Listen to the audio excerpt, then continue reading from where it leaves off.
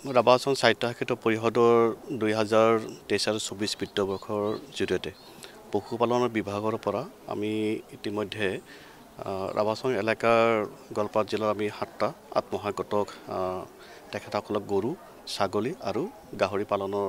কাৰণে আঁচনি প্ৰদান কৰা হৈছিল আৰু এই আঁচনিসমূহ ইতিমধ্যে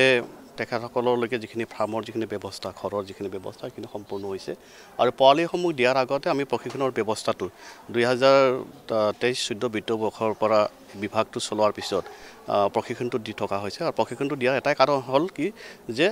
পশুপালনটো বিজ্ঞানসন্মতভাৱে কিদৰে কৰিব পৰা যায় বা উপযুক্তভাৱে সময়মতে কি ধৰণে তেখেতসকলক আধাৰ দিব পৰা যায় বা চিকিৎসা দিশত কি ধৰণে আগবাঢ়িব পৰা যায় বা কি ধৰণে বিজ্ঞানসন্মতভাৱে গাহৰি পালন কৰিলে আমি অধিক লাভান্বিত হ'ম বা আমাৰ আত্মসহায়ক গোটটো কি ধৰণে আগবাঢ়ি যাব তাৰ চিন্তা কৰি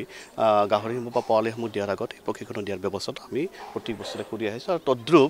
আজি আমি গোৱালপাৰাত আমাৰ এই মহিলা সমিতিৰ গৃহতে আমি 4 দিনে আমি প্ৰশিক্ষণ লৈছোঁ আৰু যোৱা 15 তাৰিখৰ পৰা 19 তাৰিখলৈ আমি কামৰূপ জিলা মানে পশুপালন বিভাগৰ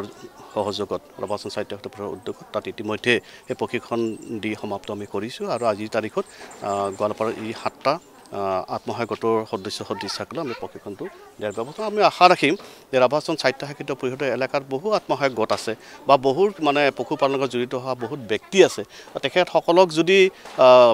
সঠিক চিন্তাৰে যদি আগবঢ়াই নিয়া যায় তেতিয়াহ'লে আমি ভাবিম যে তেখেতসকলৰ পৰিয়ালতো জীৱন জীৱিকাৰ যিটো উপাৰ্জনৰ যিটো স্থল বা থল সেই থলটোৰ কাৰণে তেখেতসকল ভাল হ'ব আৰু গ্ৰাম্য অৰ্থনীতিক এই পশুপালনৰ যেতিয়া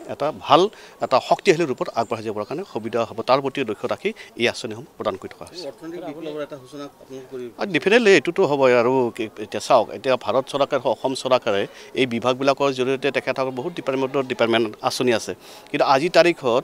গাঁও লেভেললৈকে বা এনেকুৱা ধৰণৰ আত্মসহায়ক গোটলৈ কিমান তেখেতসকলে মানে সহায় কৰিছে সেইটো সকলোৱে জানে কিন্তু ৰাভাংছ স্বায়ত্তশাসিত পৰিষদৰ মানে যিটো আঁচনি সেইটো পোনপটীয়াভাৱে তেখেতসকলে পায় আৰু পোনপটীয়া পোৱাই নহয় ইয়াৰ কোনো আমাৰ লোন ছিষ্টেমটো নহয় কোনো পইচা ৰিকভাৰী কৰিব নোৱাৰে একালীনভাৱে তেখেতসকলে খালি এটাই কথা আমাৰ অনুৰোধ থাকিব যে তেখেতসকলে উৎপাদনশীল চিন্তাৰে যদি কাম কাজ কৰি যায় তেতিয়াহ'লে অৰ্থনৈতিকভাৱে এটা জাগৰণ ৰাভাংছ এলেকাত আহিব বা আহিছে